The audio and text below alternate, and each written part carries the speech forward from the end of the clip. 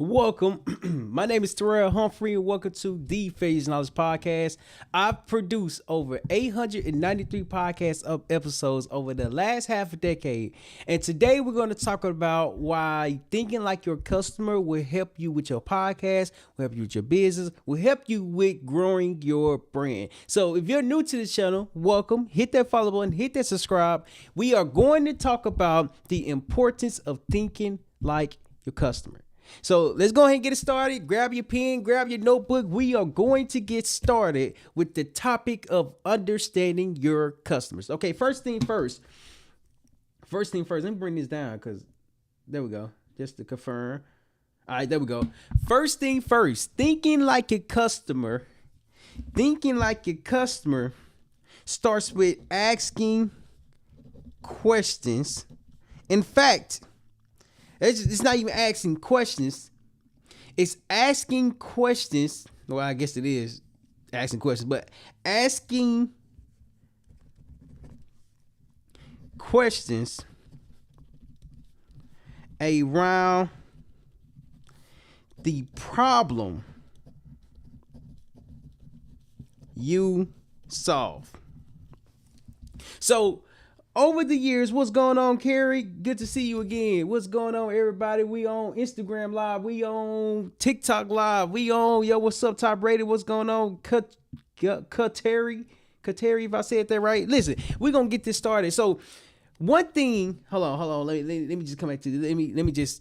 One thing that I started to learn as I start to learn about business and I start going to these different programs and understanding what these programs, I remember in 2022, I went to this event, and in this room alone, it had over $1.7 billion. Like, people who were in there that was doing business, but they made $1.7 billion total. That's what the person who was hosting the event, that's what he said. And I'm looking around, I'm like, what does that even mean? What does that even mean? I'm here to learn more about what I'm doing, how to go about business, how to go about doing different things. But doing this workshop that I attended, the people that were there, they literally, okay, let me just break this down, 1.7 billion. And that was back in 2022 when I had no idea of what I was doing. It was just like, well, like, what am I doing? I didn't even know I was in business. I'm just like, all right, cool. This workshop was there to teach us about business, marketing, speaking, all these different things. So now I'm wondering, like, this room is different. This room is different. The room is different because it was something that I wasn't expecting. It was like, once he said that, I got to looking around, and the people that I was in the room with, I was not familiar with. Nonetheless, the people who put the program in, the people who put the workshop on, they understood their customers. They understood their customers, and they understood who they were speaking with. A lot of people in the room had a lot of money. A lot of people in the room didn't have no money, but it's understanding your customers because you're thinking like your customers. When I started to really get into business, get into podcasting, I started back in 2021. Then when I went to the event in 2022, it completely changed my thought process. In the process of me doing that, I was actually able to work with my mentors, Mike Embryo and Steve Anderson. During that time, I was learning business, but when I went to that event, it gave me a different concept of business. I'll tell you why. Because the information from both of them was very valuable, but my understanding was very limited. Hold on. My understanding was very limited, so I didn't really understand what I was doing.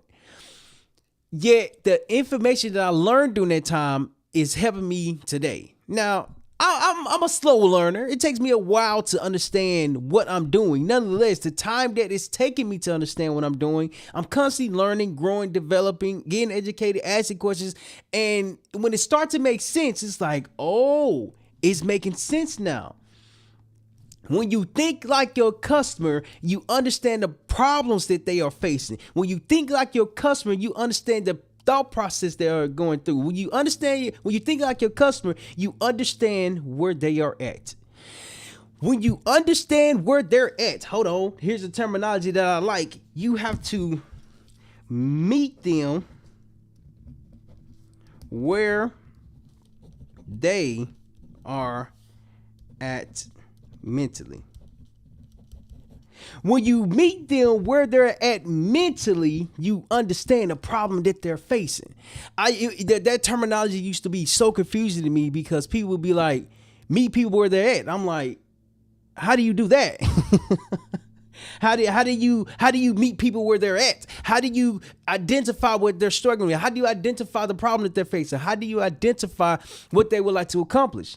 Well, you go to them and you talk to them and you hear the problems that they're explaining. When you go to your customers, you're thinking like your customers because you're not just relying on social media. You're not just relying on no contact. You are literally communicating with the people that you want to serve. When I started learning more in depth of business, and when I moved to Florida, went to Action Zone. Shout out to Action Zone. It was a program that helps you go from idea to concept to becoming more profitable. They broke business down. They explained business further, and then I was like, I didn't even know any of this existed. When you think like your customer, you understand the problem that they're facing. There's a book called Focus on the Problem, Not the Solution. In fact, another mentor of mine, he referenced that a lot. Like, what's the problem that you're solving? I'm like, I don't know. I think I have a problem. I think I have a better understanding. It wasn't the fact that I didn't understand. It was more so I wasn't thinking like my customer. Hold on.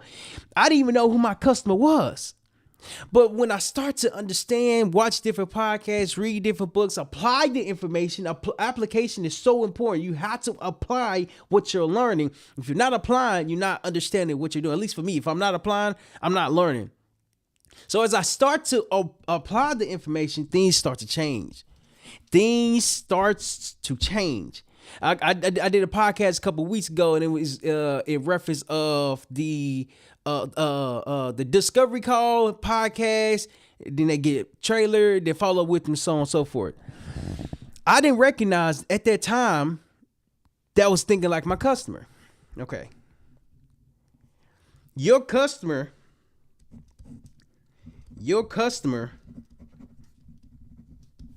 has different experiences, which means that is another way of saying different problems. You can have 99 problems, but if you don't solve one, you won't be in business. Hold on.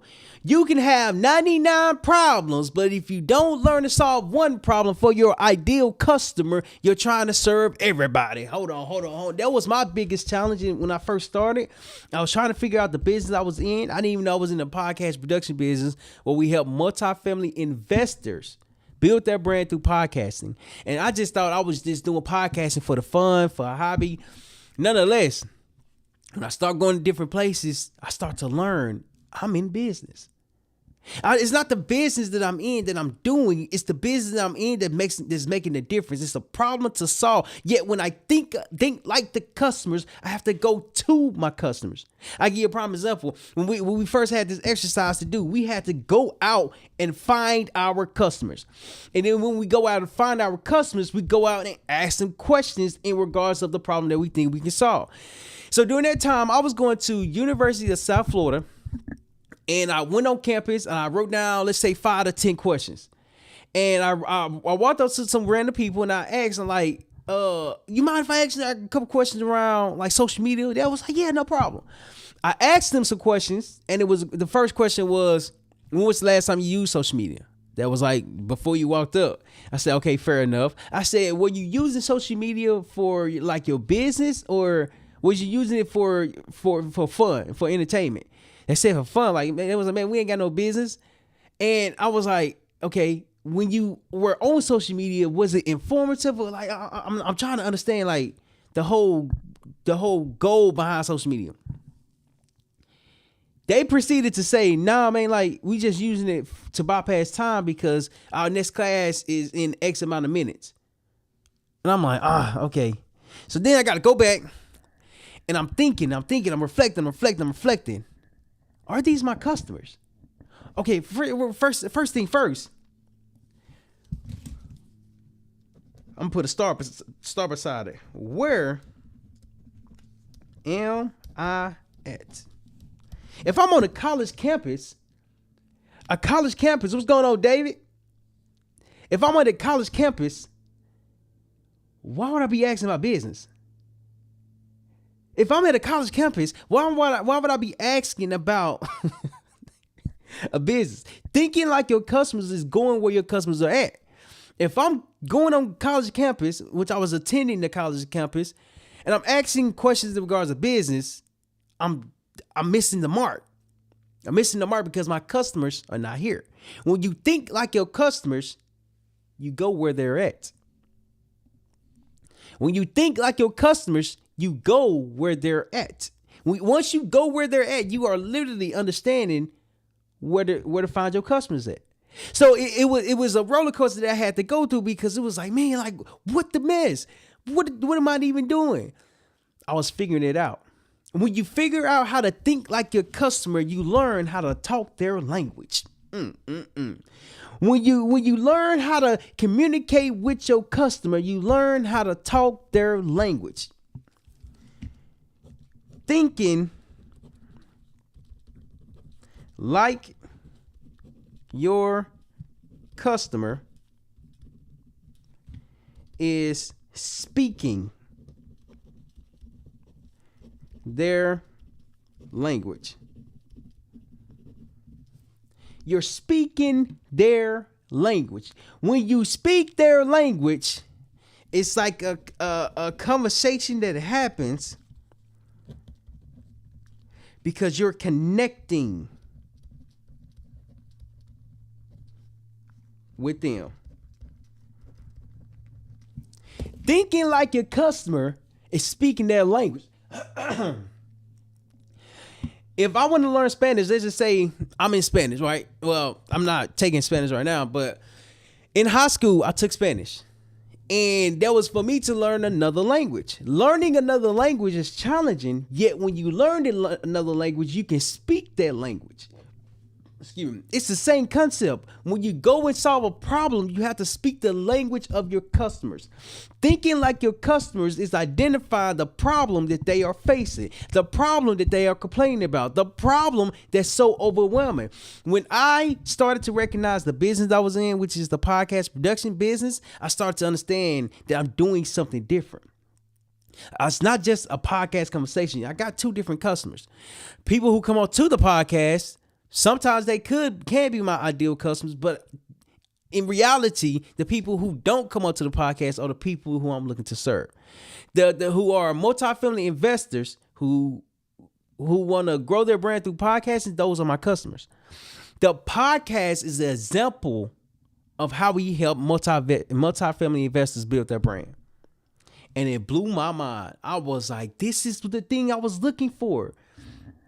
This is the thing that I've been looking for. It took me a while to identify my customers, but now that I have my customers, it's like, okay, now that when I'm about to go to them, I know what to ask. How long have you been trying to build your brand? What was the challenges that you faced while building your brand? What obstacles, well, challenges and obstacles are the same thing. What does success look like while building your brand? See, I understand the questions to ask now because I've identified my customer. When you think like your customer, you start to ask questions around the problem that you solve, but to hear how they are solving this solution, how they are focused on the solution, how they are developing their business or their brand. When you think like your customer, you're understanding the problem that they have. As you think like your customer that you're thinking like, you're able to solve their problem because they just told you how to solve the problem. When I started to have a lot more guests come onto the podcast, I'm like, all right, cool. I need to figure out how to be different. There's a lot of different podcasts out there. There's a lot of people conversing and having conversations. I want to be different. What I started to recognize, what I started to learn is when people go into other podcasts, in fact, when I start going to other podcasts, it's hard for me to even remember that I'm doing a podcast if I don't put it in my calendar. A lot of people don't communicate with you. A lot of people lose that communication, that touch and that touch point with you, and now you're left stranded trying to figure everything out by yourself. I'm like, how can I be different? Instead of me not communicating with my customers or not communicating with my guests, how about we communicate effectively? How about we communicate when we start to edit? How about we not before we start to edit? How about we communicate when the discovery call has been scheduled? How about we communicate when the day of the discovery call? How about we communicate when they schedule the podcast conversation? How about we communicate after the podcast? How about we communicate when they receive the podcast trailer? See, you can't communicate too much if you're thinking like your customer. You can't communicate too much if you're thinking like your customer. Thinking like my customer is helping me put things in place to the point where it's consistent, it's organized, and it's like a system. Like it rinse and repeats, rinse and repeats, rinse and repeats. Because that alone is what creates the problem or the solution that you can solve with the problem that your customers are currently struggling with. As you think like your customers, you are learning to solve their problem. As you think like your customers, you are solving their problem. Yesterday I had a conversation, and this conversation, it made me recognize that, oh man, this is something I was working towards. After all the conversations I had with different mentors at different phases, different level of education, and different understanding, I'm like, all right, cool. As I'm applying the information, as I'm doing the work, I had this conversation yesterday in regards of the problem that we solved. I'm thinking podcasting is easy. Podcasting, the editing, the publishing, the scheduling, the managing, like all these different things, everything that comes in encounter with podcasting, that's easy to me. Whereas for someone who has interest in launching their podcast, they don't know how to edit, they don't know how to publish, they don't know how to manage, they don't know how to get guests. What's easy to me is a problem to other people. It's a problem to other people because they don't know how to do it. And it blew my mind. When you think like your customer, you recognize the skills that you have. It's the solution that you've been building, working towards, that will help solve this problem that your customers are struggling with. And what I started to learn over the years of me podcasting is that the customers I'm looking to serve, which are multi-family investors who want to build their brand through podcasting, they are struggling with brand development. It's not the fact that they don't know what they're talking about. It's more so now I got to figure out everything by myself. Now I got to learn everything by myself. See, thinking like your customers is going to give you the competitive advantage. You see, in business, when I start to learn the language behind everything, the competitive advantage is what makes you different. What makes you different is what makes you stand out. And I started to learn standing out only comes from being intentional. I have to communicate with my customers intentionally in order for me to solve their problem effectively. I should have said efficiently. That would have rhymed. That would have went a little bit better. I have to communicate with my customers intentionally so I can solve their problem efficiently. There we go.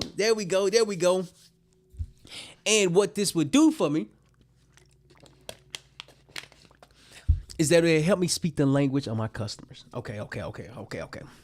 Next thing that we're going to talk about. So we just talked about how to ask questions. Asking questions about the problem that you solve. And now what we're going to speak about are, for point number 2. Hold on.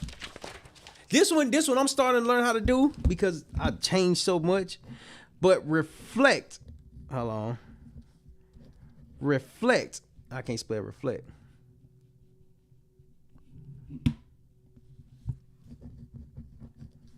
Reflect on your customers. Hold on. God, dog. They don't even look like. Jeez Louise. Hold on. I'm just going to rewrite it all. Hold on. All right, cool. There we go. Number 2. Reflect from your customers' conversation.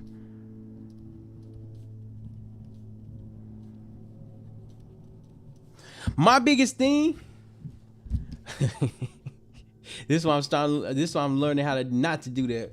My biggest thing is that when I got feedback, I would change everything because I got to figure out what's not working. That was a problem for me because I'm changing everything that is currently working. And so when I started to understand, I'm like, all right, cool, I need to take a step back. I need to recognize like what I'm actually doing. What I'm actually doing needs to consist of me doing and me reflecting on what's working, what's not working, why is it working, why is it not working, and how to make it better instead of how to change everything. Okay, hold on. Let me come back to the screen. Changing everything leads to burnout. And burnout leads to no customers. When you don't have customers, equals business. But when you have no customers,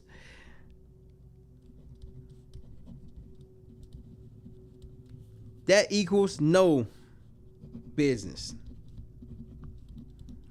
Why does this matter? That matters because when you are understanding who your customers are, when you think like your customers, you identify the problem that you can solve and then solve that problem efficiently.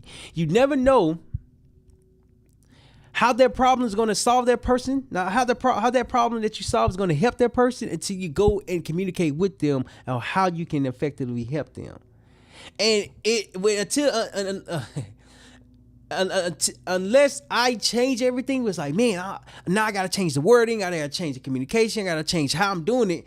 But in reality, if I saw what was working and just kept it simple, if I kept it simple, I would have probably had a lot more customers than I have now. But since I didn't keep it simple and I changed everything that I reflected on, I started to recognize I'm changing everything and getting no results. The lack of results was due to me failing a lot and me trying to do and change up and update everything like I need to. Nonetheless, thinking like your customer will help you identify what's working, help you identify why it's working, help you identify how to do more of what's working. In business, what I learned is this. There's a thing called the low hanging fruit. Means identify what's working.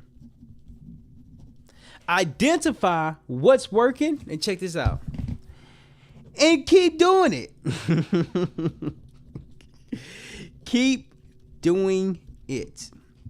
Why? Because if it's working, if it worked once, it will work twice. If it worked twice, it will work 3 times. If it worked 3 times, it will work 4 times. If it worked 4 times, it will work 5 times.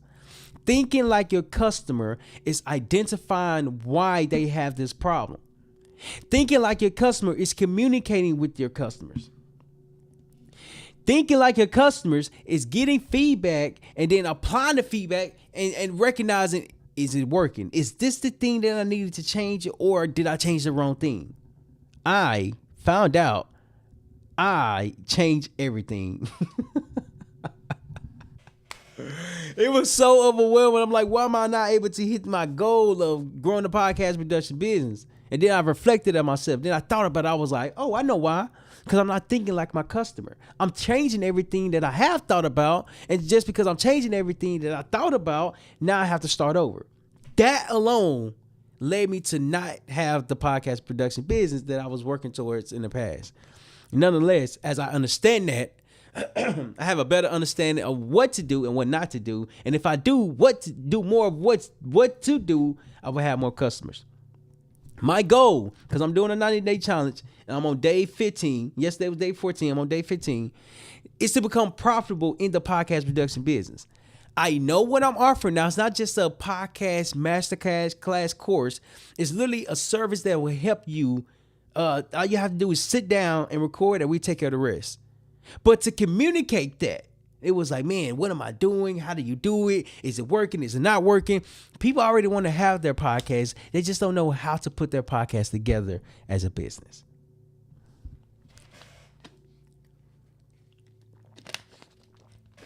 Last point I want to hit on, because last point I want to hit on. Hold on. I'm gonna underline that. Last point I want to hit on is this. Where's it at? Is that it? All right, there we go. Last point I want to hit on is this. Point number 3. Work the business. Okay. So what this means, do more of what's working. Okay, check this out. I do a lot of podcasts, right? Recently, I haven't been doing a lot of podcasts. Mainly because I'm like, okay, yes, I can have the conversations. Yes, I'm putting steps in place. Yes, I'm putting processes in place. Yes, that's working. In addition to that, when I stopped reaching out to people to get onto the podcast, a lot of people stopped reaching out to get onto the podcast. And it was like, dang, am I doing something wrong? Yes. I'm not doing what was working more. I dialed it down, like I stopped doing it just a little bit, just to make sure I have the steps in place and put the steps in place to where it's consistent. And then as it's consistent, continue to do it. And then as I continue to do it, I learn, I grow, and I develop. The podcast system has already been developed. The podcast blueprint has already been established. The podcast steps are already created. Now, when I apply it to working with paying customers, it's the same thing that worked over here that can work over here. Hold on. You got, what is it called? I forgot what this chart is called, but let's just say you got the podcast reduction. And then you have podcasts, just FIK, Fair Use Knowledge Podcast. Okay. You got that? You got that. And then I'm going to do one more chart on the difference. And what that consists of is comparing them, but recognizing what's different, what's not different. Oh, the difference supposed to be in the middle. I remember now. Yep, hold on. Let me just redo this. Hold on. There we go. All right, so podcast production,